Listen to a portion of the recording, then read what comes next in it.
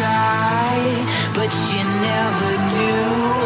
Sugar, there's a reason why we lose.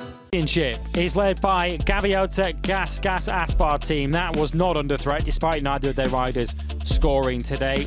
They have still an enormous 127-point cushion over Leopard Racing, who registered their second victory of the year today. Red Bull KTM IO, they hold third ahead of Steril Garda Husqvarna Max Racing team, while Red Bull KTM Tech 3 and CF Moto Bristol GP complete your top six.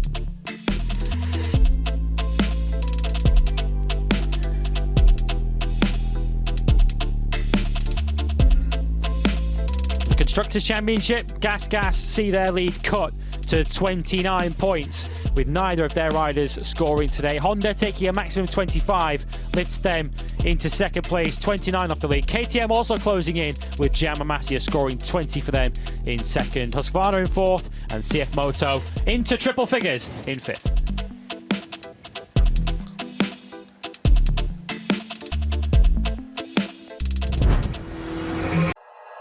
Like you, be strong to hold the powers of the sun.